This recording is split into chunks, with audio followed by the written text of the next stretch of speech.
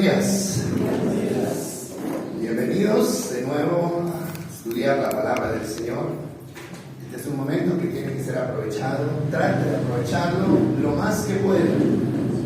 ¿Cómo podemos aprovecharlo? Pues tratando de estar concentrados, ¿no? Tratando de evitar todos los estorbos que puedan haber en nuestra mente, en nuestro corazón, porque es lo justo.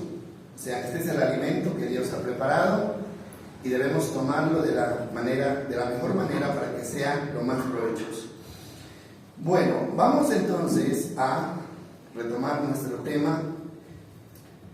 El tema que estamos estudiando estos días es acerca de la madurez espiritual. Yo creo que ustedes deben estar de acuerdo conmigo, es que uno de los objetivos de todo creyente debe ser alcanzar la madurez espiritual.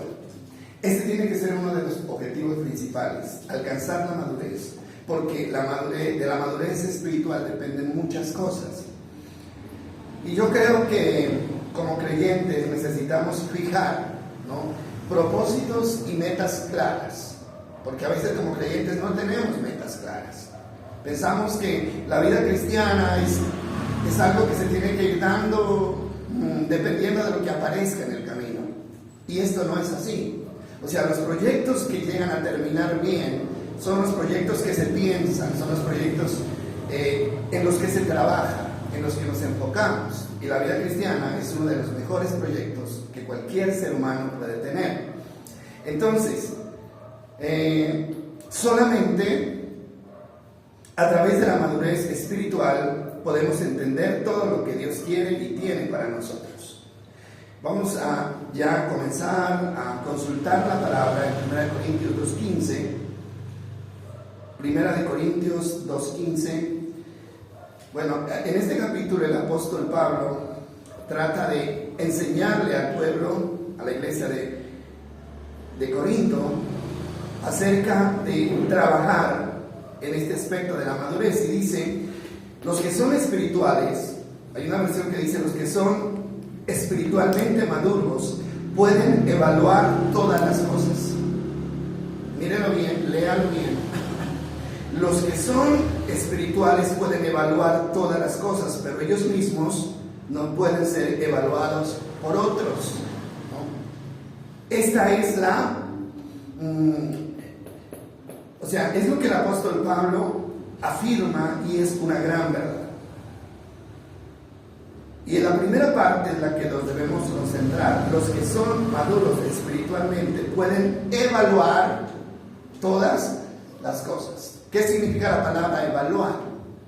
La palabra evaluar significa analizar, significa examinar, pero con la capacidad de determinar qué es lo correcto y qué es lo incorrecto. O sea, una persona para evaluar tiene que tener conocimiento. Cualquiera no puede evaluar una situación.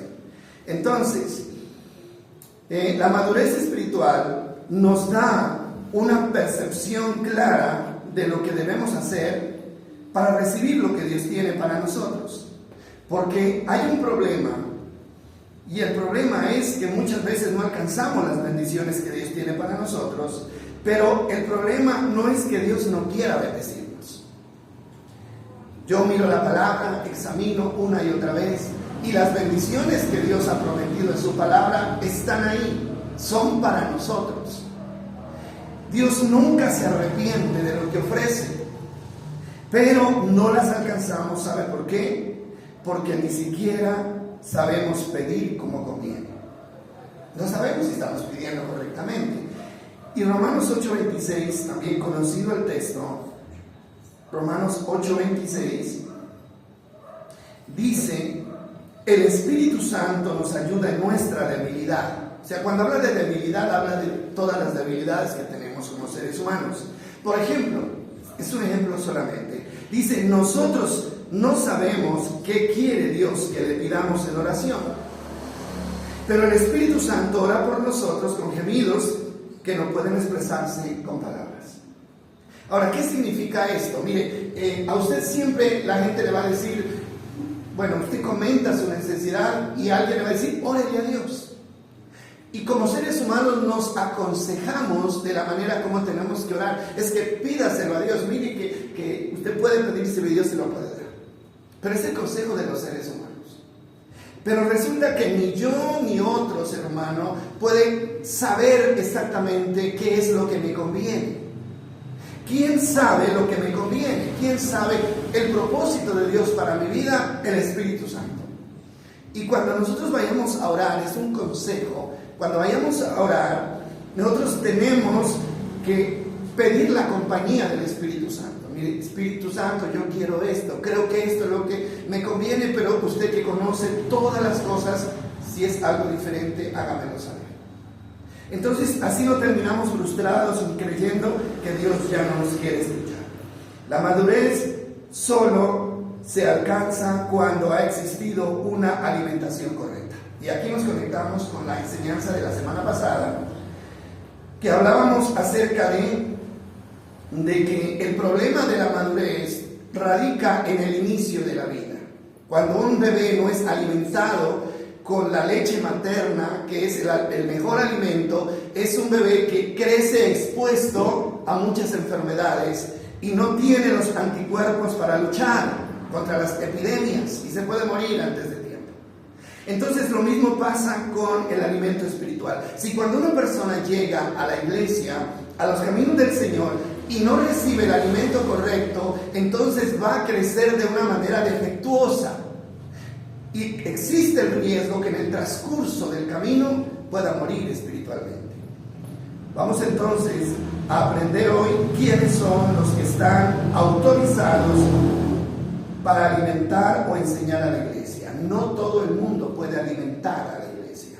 No todo el mundo puede enseñar a la iglesia. Y vamos a leer Efesios, que es el pasaje más práctico, capítulo 4, Efesios capítulo 4, versículo 11. Me imagino que usted lo ha leído 1000 veces ya, ¿no? Porque es un pasaje bastante importante, pero vamos a tratar de entenderlo hoy de una manera diferente. Bueno, está hablando de los dones. Dice así el versículo 11: ahora bien, Cristo dio los siguientes dones a la iglesia: los apóstoles, los profetas, los evangelistas y los pastores y maestros. Pero ahí termina la lista. 5 ministerios. Pero mire lo que dice el 12: ellos tienen la responsabilidad de preparar al pueblo de Dios para que lleve a cabo la obra de Dios y edifique la iglesia, es decir, el cuerpo de Cristo. Veamos el 13. Ese proceso continuará hasta que todos alcancemos tal unidad de nuestra fe y conocimiento del Hijo de Dios, que seamos maduros en el Señor, es decir, hasta que lleguemos a la plena y completa medida de Cristo. Bueno, que es el objetivo que todo cristiano debe tener. Madurez significa estar siguiendo los pasos de Cristo. Madurez significa perfección. Perfección significa seguir el ejemplo de Cristo.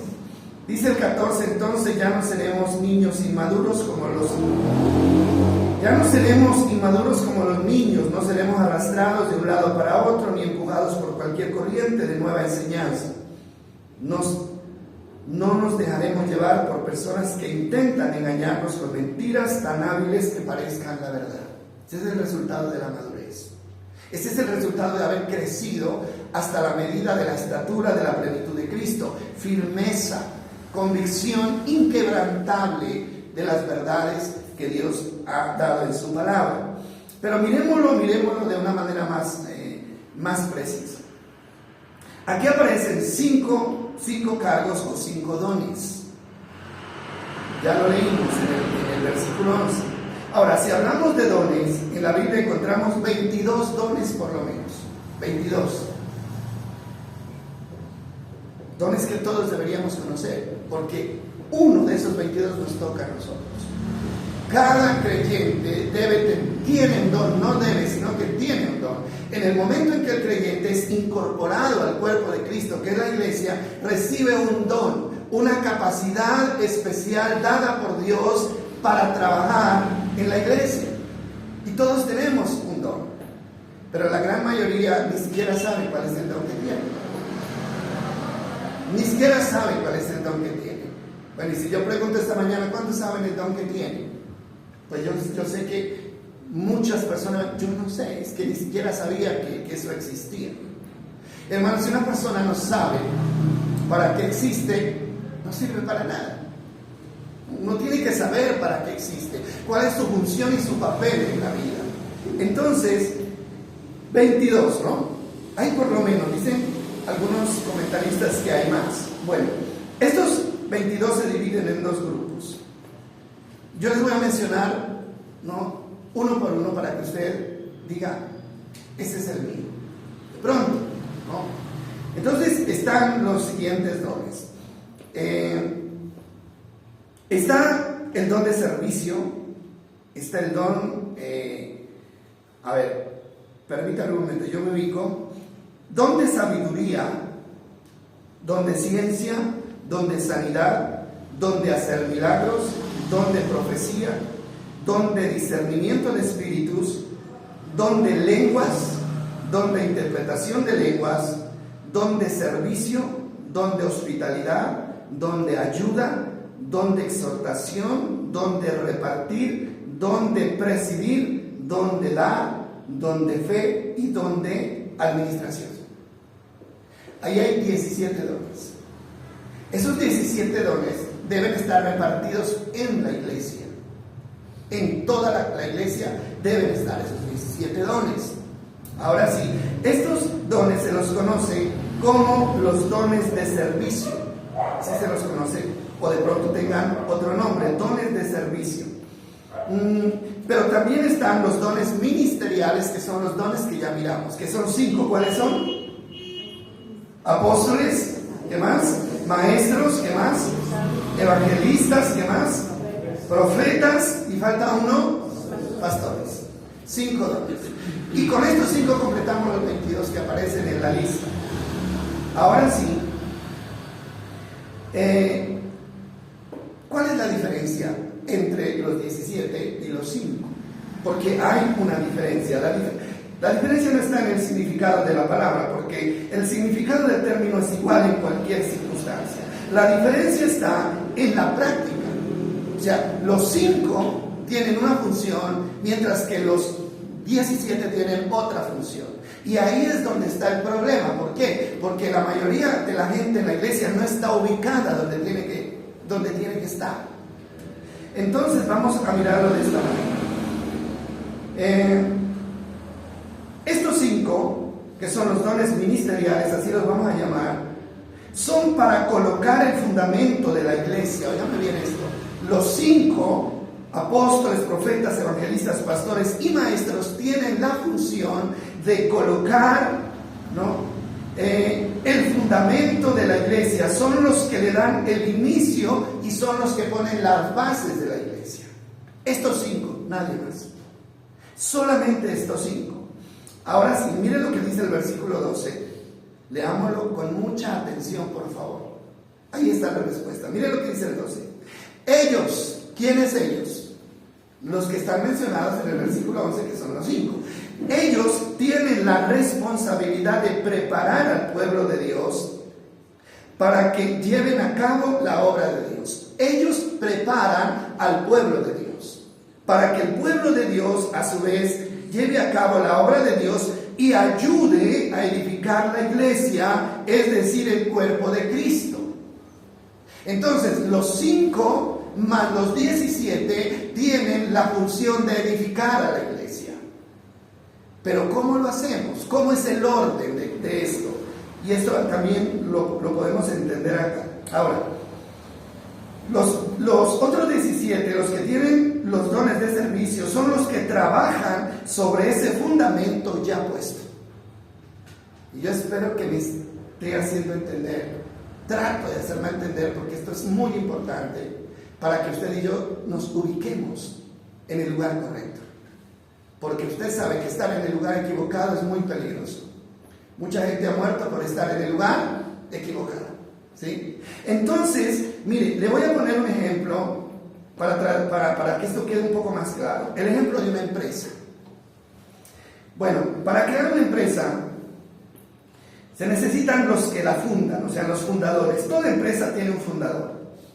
O sea, y los fundadores son unos. Póngale cuidado a esto, los fundadores son unos. Ellos son los que tienen la visión. Son los que tienen la visión. Ellos son los que elaboran el proyecto. Ellos, los fundadores, generalmente los dueños, son los que dicen qué se va a hacer y cómo se va a hacer. Ellos son los pastores, maestros, evangelistas, profetas y apóstoles. Ellos son los que hacen esta función. Ahora, si usted no se interesa en esto, hermano, usted va a seguir loco en la iglesia. Si usted no se interesa en esto, usted va a seguir loco, sin saber para dónde coger, sin saber qué le toca hacer, de pronto haciendo lo que no le corresponde y haciéndolo mal. Porque cuando uno hace lo que no le corresponde, siempre lo hace mal. Está en el lugar equivocado. Hay gente que dice, yo quiero servir al Señor, pero nada me funciona. Pues no le funciona porque no está en el lugar indicado. Otros dicen, yo mejor no hago nada. ¿No es cierto? ¿Por qué? Porque yo no sé qué hacer. Hermano, peor todavía. Porque nosotros tenemos que darle cuenta a Dios de los dones que Él nos ha entregado. Tenemos que darle cuenta a Dios un día. Entonces, ahora, estos, digamos que los que fundan, los fundadores de la empresa no pueden hacerlo todo. Ellos necesitan a los empleados o a los operarios. Imaginémonos una empresa, imaginémonos cómo funciona la empresa. Los fundadores necesitan a otras personas que son los empleados o los operarios para que desarrollen el trabajo, ¿no? Y ellos juntos son los que hacen crecer la empresa. Hermano, ¿por qué las iglesias no crecen como deben crecer? Porque el trabajo está centrado en una sola persona. ¿Y es quién? El pastor. ¿Es así o no es así? Es el pastor. Hermano, ¿qué sería de una empresa donde solamente una persona trabaje y gerencie y administre y haga la contabilidad y vaya a venda y vaya a entregue y construya y se ponga el overol y se ponga la corona? No puede funcionar. Pero las iglesias no funcionan por eso. Ahora, y si funcionan, funcionan mal. Funcionan mal, haciendo las tareas incorrectas. Entonces se necesita de estas personas para que desarrollen el trabajo. Ahora, estos, los empleados o operarios, estos son los de los dones de servicio. Ellos tienen que sujetarse a lo que los fundadores les ordenen. Así es como funciona. Tienen que sujetarse a ellos. Hay un orden, mis hermanos, hay un orden. Dios dice que Dios es un Dios de orden. Sí lo han leído, ¿verdad? Él es un Dios de orden. A Él no le gusta el desorden, a Él no le gusta algo que funcione, ¿no? Como dicen por ahí, con manga por hombro. Él es un Dios de orden. Y la iglesia tiene que tener un orden. Miren lo que dice 1 Corintios, capítulo 12, versículo 28. Ahí hay un orden establecido. 1 Corintios 12, 28. Y dice aquí el apóstol, dice, a continuación, hay algunas de las partes que Dios ha designado para la iglesia. O sea, cuando habla de partes, está hablando de los miembros, ¿no? Que conforman el cuerpo. Dice, hay algunas de las partes que Dios ha designado para la iglesia. En primer lugar, sí lo dice así, ¿no?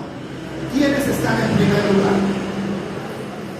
O sea, hay un orden, mis hermanos. En primer lugar, los que entran en acción para construir la iglesia son los apóstoles. En segundo lugar, ¿quiénes? Los profetas. En tercer lugar, los maestros. Esto es solo un ejemplo, y yo pienso que si el apóstol siguiera dando este ejemplo, diría, y en cuarto esto, y en quinto estos, y luego están todos. ¿Hay un orden? ¿Sí o no hay un orden? Hay un orden. Hermano, todo tiene que tener un orden, porque de lo contrario las cosas no van a funcionar. Primero, en el desempeño del trabajo. Ahora, miren esto. Hay uno de los dones de servicio que es el don de la exhortación, ¿no? Y eso le encanta a mucha gente, ¿no? ¿Por qué? Porque exhortar es aconsejar. Entonces todo el mundo le gusta aconsejar. Entonces el hermanito tiene un problema y lo aconsejamos, ¿no? Hay que exhortar y exhortar, porque pareciera que fuera como lo más fácil, ¿no? Pero déjeme decirle una cosa, si el que El que exhorta no puede actuar si no se ha puesto un fundamento doctrinal. No sé si me estoy haciendo entender. Ahora, si no han actuado estos 5 ministerios que son los que colocan el fundamento doctrinal, entonces ¿sobre qué vamos a exhortar? ¿Será que se puede exhortar? En una empresa, cuando una persona entra a trabajar a una empresa, lo primero que le hacen conocer son las normas internas y los reglamentos de la empresa. Y obviamente las funciones que tiene que desempeñar el empleado, ¿verdad? Eso tiene que memorizárselo, porque él sabe que sobre eso lo van a evaluar y sobre eso va a tener éxito o va a fracasar en su trabajo. Tiene que tener muy claro eso.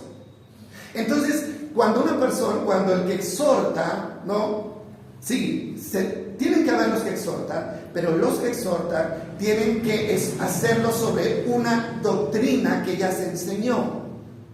Y esa doctrina tiene que ser la doctrina de la palabra de Dios. El que exhorta no puede decir, es que a mí me parece que usted está haciendo mal y usted tiene que tomar este camino. No, el que exhorta tiene que decirle a la persona, mire, la palabra del Señor a usted le enseñó esto y esto y esto, y usted se salió del camino, ahora vuelva al camino que nos indica la palabra de Dios. No sé si me estoy haciendo entender. ¿Sí es claro? Eso. Entonces lo mismo pasa con los que ayudan, lo mismo pasa con los que dirigen. Hermano, tienen que hacerlo sobre una base que ya está puesta. Ahora aquí hay algo muy importante y lo vamos a mirar en Efesios 2:20. Muy importante esto. ¿Por qué? Porque hasta el momento pareciera que los 5 ministerios pueden hacer lo que ellos quieran, porque son los que ponen el fundamento, pero no es así. Efesios capítulo 2, versículo 20. Damos desde el 19, por favor, así vamos a tener más clara la idea. Dice el 19, lo tenemos, ¿no? Dice, así que ahora ustedes los gentiles, somos nosotros, ya no son unos desconocidos ni extranjeros, son ciudadanos junto con todo el pueblo santo de Dios, son miembros de la familia de Dios. Bueno, ¿por qué hace esta aclaración? Porque inicialmente el pueblo de Dios solamente eran los judíos, los del pueblo de Israel, pero luego se le da apertura o oportunidad a los gentiles para que también hagan parte de esa familia. Y eso ya es un hecho aquí. Ahora, si miren lo que dice el 20, le habla a la iglesia en conjunto, juntos constituimos su casa. Juntos constituimos su casa. Cuando habla de su casa, habla de la iglesia. Juntos constituimos la iglesia, la cual está edificada sobre el fundamento de ¿quiénes? Apóstoles y profetas.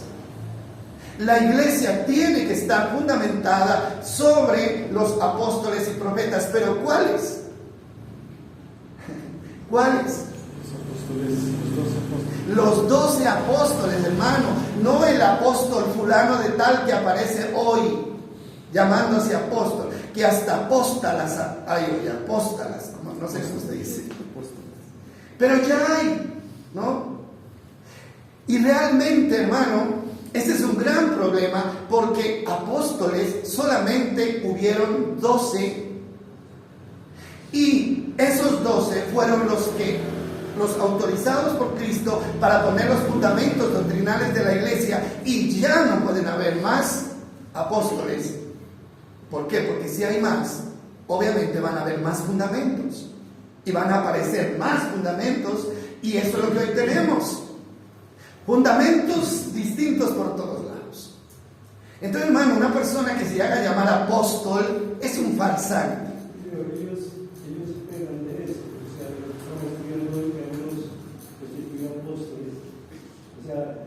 Prácticamente viéndolo desde el punto de vista presente de hoy.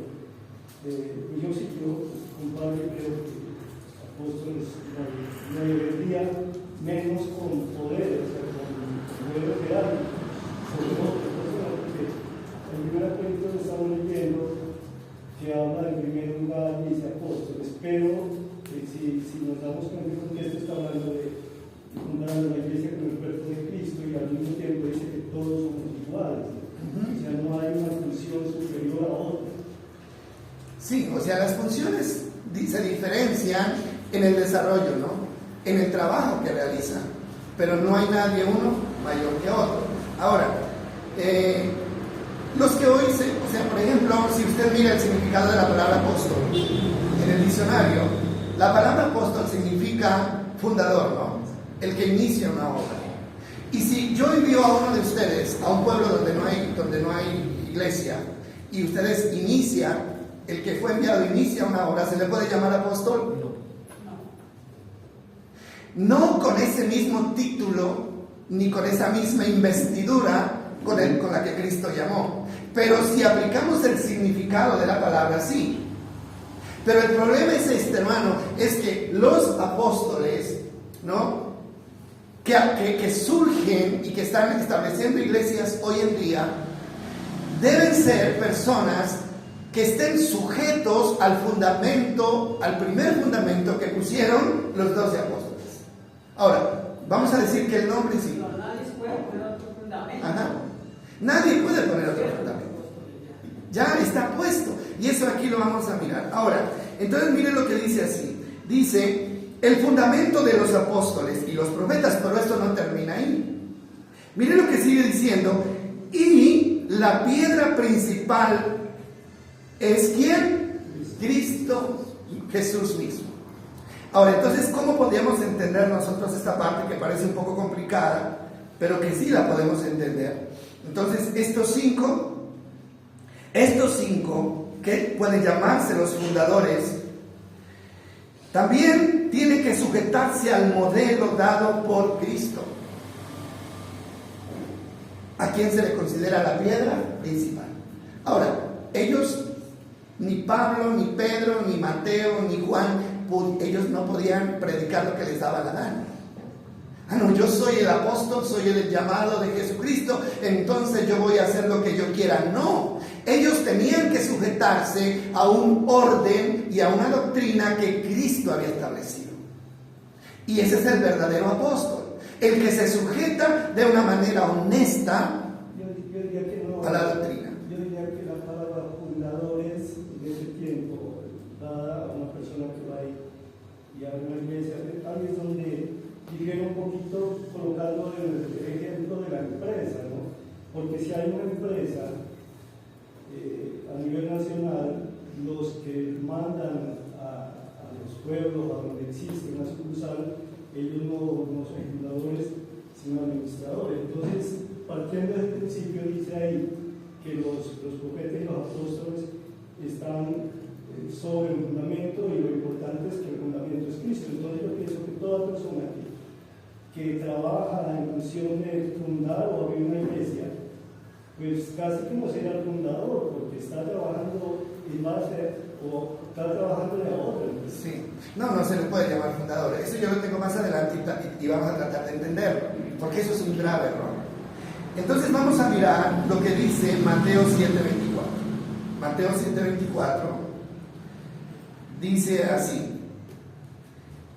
Mírenlo bien. Estamos hablando de la importancia de que los apóstoles no podían inventar nada, doctrinalmente hablando. Dice, todo el que escucha mis enseñanzas y las sigue. ¿Quién dijo esto? Jesús, en el gran sermón del monte. Dice, es como la persona que construye su casa sobre una ¿qué? Roca sólida. ¿Quién es la roca? Cristo. Ahora, Cristo no como figura divina. La roca es Cristo, o sea, cuando habla de este fundamento, es la doctrina de Cristo, es la enseñanza de Cristo. Y ustedes conocen cómo sigue el pasaje, y él dice que, el 26 dice, pero el que oye mi enseñanza y no lo obedece es un necio, como la persona que construye, el versículo 25, ¿no? El que está fundado sobre la roca sólida, aunque llueva cántaros y suban las aguas de la inundación y los vientos golpeen contra esa casa, no se vendrá abajo, porque está construida sobre un lecho de roca. Lecho de roca, doctrina dada por Cristo. Ahora, ¿por qué las personas no tienen perseverancia en la vida cristiana? ¿Por qué unos comienzan con tanto entusiasmo y luego se apartan y se vuelven peores de lo que eran antes? ¿Sabe por qué? Porque el fundamento no fue sobre la roca, lo dice acá. El que no se fundamenta sobre la doctrina verdadera de Cristo, tarde o temprano se derrumba como una casa cuando hay un temblor. Se le derrumba la fe y se derrumba todo. Pero el que se fundamenta sobre la roca, sobre la verdadera doctrina, entonces no importa lo que pase, pruebas, luchas, problemas, tropiezos, pero esa persona permanece firme ahí en el camino. Y luego está Mateo 28, leémoslo rápidamente, muy conocido, Mateo 28, 20. La gran comisión, Jesús comisionando a los apóstoles para que continuaran con la obra del discipulado, y dice así. Jesús le dijo a los apóstoles, dice, vayan y enseñen a los nuevos discípulos a obedecer los mandatos que les he dado. ¿Qué tenían que hacer ellos? ¿Inventarse un mandato nuevo? No, sujetarse al mandato que Jesucristo les había dado. Y la Reina Valera dice que enseñen todo lo que yo les he mandado. Pregunto, ¿será que todos los maestros hoy en día están enseñando lo que Cristo mandó? No están enseñando, hermano. Hay unos disparates impresionantes, hermano, de personas que están surgiendo hoy en día con doctrinas equivocadas. Esta semana miraba una noticia. Había una organización que pues se hacía pasar como organización cristiana que se llamaba La Luz del Mundo, se llama La Luz del Mundo. Una organización con millones de seguidores. Pero ¿sabe qué pasó esta semana? O sea, los cogió la ley, y ¿sabe qué? Esa iglesia había sido una fachada de tráfico sexual, ¿no? Oye, ellos estaban prestando el líder a quien le hacían la venia y la mamá de este señor se estaban prestando para reclutar niñas y niños y luego venderlos para explotación sexual, y 6 delitos más. O sea, a este señor le dieron 3 cadenas perpetuas. Imagínense cuánto es eso. Qué bueno que eso suceda. Y a la señora que ya está de edad, cadena perpetua también. Hermano, la luz del mundo. ¿Cómo así que la luz del mundo? Y vaya a ver usted cuántos descalabros, hermano, hay en el mundo con la fachada de que son iglesia de Cristo. Por favor, esto es el colmo, de verdad. Hermano, ¿y cómo alcanzan tanto auge? ¿Cómo alcanzan tanta fama? Porque creo que tenía 5 millones de seguidores. ¿Cómo alcanzan? Hermano, engañando a los incautos, engañando a los inmaduros, a los que no han crecido. Por eso es tan importante crecer y madurar. Eso es la garantía que tenemos, la única garantía que tenemos. Entonces Mateo 28, 20 deja claro que los apóstoles debían limitarse a enseñar solo lo que Cristo les había enseñado a ellos. Vamos a mirar 1 Corintios 3, ya para ir finalizando. 1 Corintios capítulo 3, versículo 10, es la cita que el hermano Freddy mencionaba ahora. 1 Corintios capítulo 3, versículo 10. Yo creo que ustedes han leído este pasaje. Y el apóstol Pablo, exhortando a los corintios porque se habían dividido, y el uno decía, a mí me gusta Pablo, el otro decía, yo prefiero seguir a Apolos. Entonces él los exhorta y les dice, por la gracia que Dios me dio, yo eché los cimientos como un experto en construcción. Dice, ahora otros edifican encima. Pero cualquiera que edifique sobre este fundamento, ¿cuál? El fundamento que el apóstol Pablo utiliza, tiene que tener mucho cuidado. Dice el 11, pues nadie puede poner un fundamento distinto del que ya tenemos, que es ¿quién? Jesucristo mismo. Nadie puede poner otro fundamento que el que ya tenemos, ¿no? El fundamento, hermano, lo puso Cristo, y ese fundamento tiene que permanecer intacto hasta que el Señor Jesucristo venga por su iglesia. Nadie lo puede modificar, así no esté de acuerdo, así le parezca muy duro, así le parezca exagerado, pero ese fundamento no se puede mover. Cuando se mueve el fundamento de una casa, ¿qué pasa con la casa? Se puede ir abajo, todo se puede tocar, de arriba abajo se puede tocar, pero de abajo hacia arriba no se puede tocar. Así que un creyente se puede ir y la iglesia no pasa nada. Un creyente se rebela y se va. Dios trae otro y lo reemplaza. Pero hermano, pero si se reemplaza y se mueve el fundamento de la doctrina de Cristo, entonces la casa se viene abajo y nadie la puede sostener. Miren la importancia, hermano, de nosotros entender la verdadera doctrina de Cristo. Entonces dice que él como apóstol echó las bases. Dice, otros construirán. Y es verdad. Desde que el apóstol Pablo echó las bases doctrinales en la iglesia, en las iglesias que él fundó, hermano, ¿cuántos han venido construyendo encima? Millones. Es que han pasado más de 2000 años.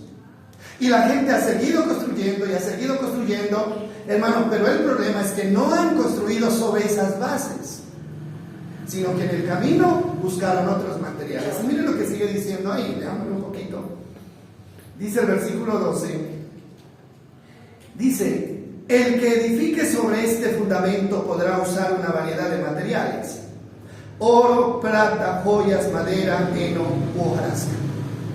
Hay dos clases de materiales que se mencionan aquí. Los primeros materiales son imperecederos. Ahí está, por ejemplo, el oro. El oro no lo destruye el fuego. La plata tampoco la destruye el fuego. Pero, o las joyas, ¿no? Las joyas verdaderas no las destruye el fuego. No les hace daño el fuego. Dice, pero hay una segunda lista y es madera, heno u hojarasca. Estas tres son fáciles de destruir. El fuego las destruye. Se queman fácilmente. Ahora miren lo que dice el versículo 13. Pero en el día del juicio el fuego revelará la clase de obra que cada constructor ha hecho. El fuego mostrará si la obra de alguien tiene algún valor. Si la obra permanece, ese constructor recibirá una recompensa, pero si la obra se consume, el constructor sufrirá una gran pérdida. El constructor se salvará, pero como quien apenas se escapa atravesando un muro de llamas. Bueno, ¿qué está diciendo acá? Está diciendo, hay la posibilidad de que sobre el fundamento se construya con la verdad o se construya con la mentira. Las joyas representan la verdad y esa verdad permanece hasta el reino de los cielos y nada la puede acabar. Pero los que construyan sobre la mentira son los que construyen sobre la paja seca, sobre la hoja, sobre la madera. Esto lo puede devorar el fuego. Y un día todo va a ser revelado, dice. El día del juicio. Hermano, el problema es que en el día del juicio ya no hay esperanza de reparar el daño. Ya no hay esperanza. Entonces tenemos que repararlo ahora, en este momento. Bueno, entonces, dice, construyan sobre lo que yo inicié, dice Pablo. Pero nadie puede poner otro fundamento distinto al que está puesto por Cristo. Hay miles de iglesias hoy y cada una con su propio fundamento y su propio fundador. Es lo que decía Papa ahora. Hay miles de iglesias y cada organización tiene su propio fundador. Yo les voy a leer algunos ejemplos. La Iglesia Católica Romana fue fundada en el año 1306 por un emperador que no era cristiano llamado Constantino. Y cuando ellos dicen que la iglesia cristiana, óigame bien, como organización religiosa es la primera que existe, eso es verdad. Pero no como iglesia de Cristo, sino como organización religiosa. Esta organización se volvió oficial 306 años después de Cristo, ¿no? Y el que la fundó fue Constantino, pero no porque era cristiano, sino por intereses políticos. Resulta que Constantino era el emperador y el evangelio había empezado a crecer y había muchos cristianos, y él dijo, bueno, hay que oficializar esta religión porque esos cristianos crecen mucho y de pronto se pueden levantar y no se pueden venir en contra de nosotros. Entonces él la oficializó. Y luego tenemos otros ejemplos. Por ejemplo, están los Testigos de Jehová, ¿no? El fundador se llama Charles Russell y esta fue fundada en 1872. Está la Iglesia Pentecostal Unitaria. Esta iglesia, o sea, la unitaria, ¿no? Porque pentecostales hay muchas, fue fundada por Sabelio en el año 1901. La Alianza Cristiana fue fundada por Alberto Benjamin Simpson en el año 1887. Y si usted sigue investigando cada una de las organizaciones que hoy existen, tiene un fundador. Tiene un fundador. ¿Quién es el fundador de esta iglesia? En la que a la que usted pertenece.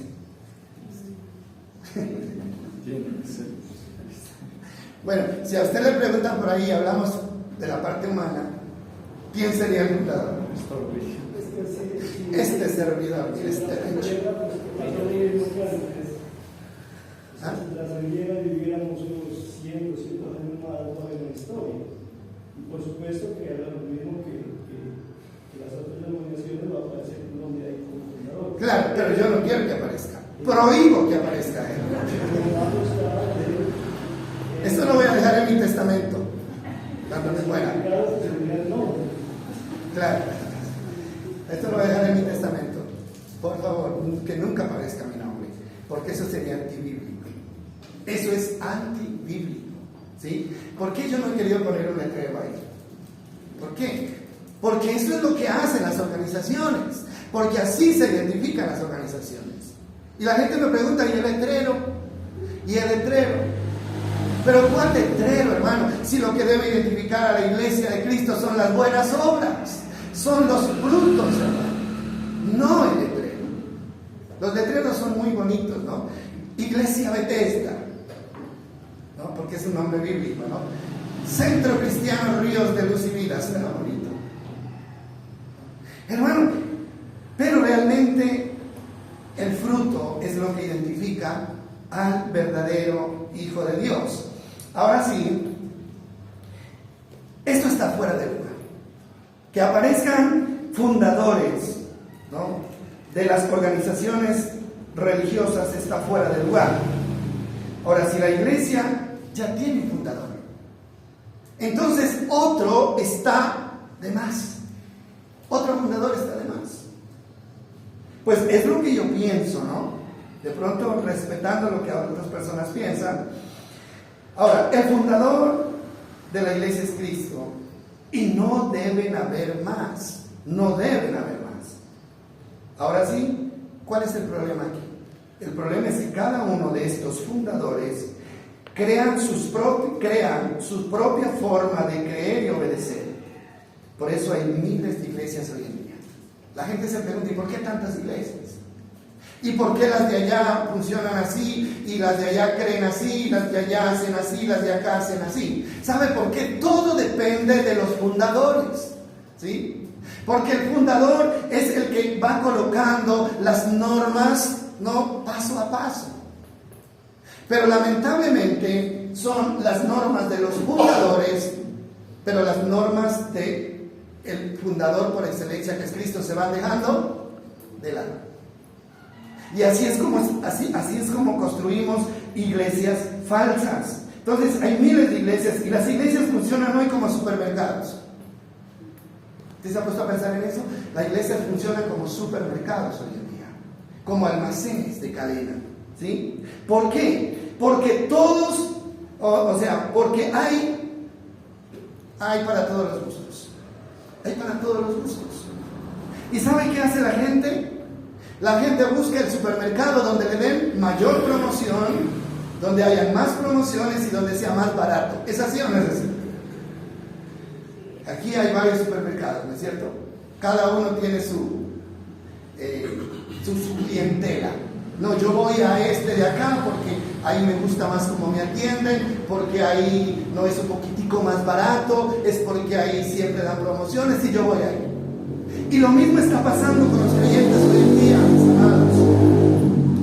Los creyentes hoy tienen una variadísima gama de opciones. Si no me gusta esta iglesia, porque no cantan como a mí me gusta, entonces ¿qué hago yo? me voy a la otra, a la de más allá, porque ahí sí cantan como a mí me gusta. ¿Estamos en esa situación o no estamos en esa situación? Esa es la realidad. Igual que al supermercado, aquí este producto no me gustó, entonces me voy al otro supermercado porque ahí sí me gusta. Y lo más tremendo, hermano, es que la iglesia, como los clientes de los supermercados, están buscando productos baratos, ¿sí?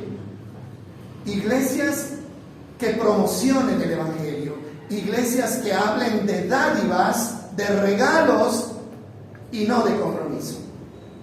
No, a la gente cuando se habla de compromiso no le gusta. Aquí no es. Yo busco donde me den más por menos. Hermano, pero la iglesia de Cristo no es así. Cristo no estableció una iglesia que se pueda promocionar en cualquier momento para darle gusto a la gente. Las normas están claras, el fundamento está claro y se tiene que respetar. Vamos a mirar una última cita, 1 Corintios 1:10. Ahora vamos a ver qué dice. 1 Corintios 1:10.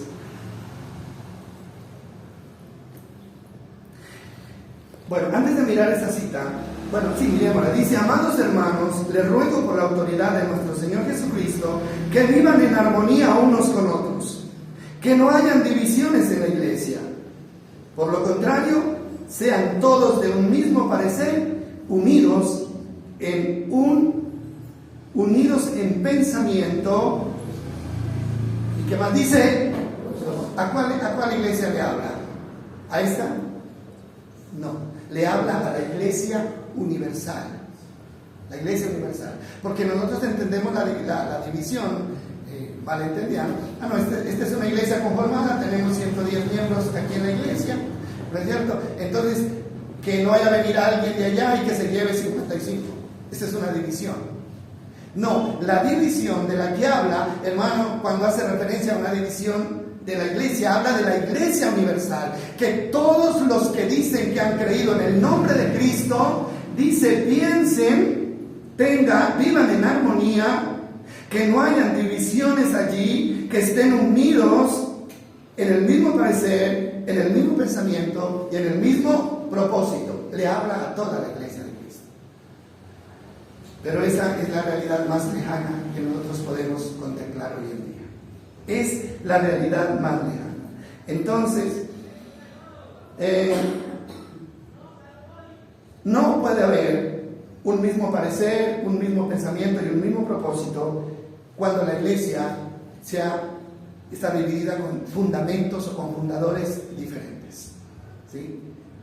¿Qué hacemos frente a esto? Es una realidad que estamos viviendo.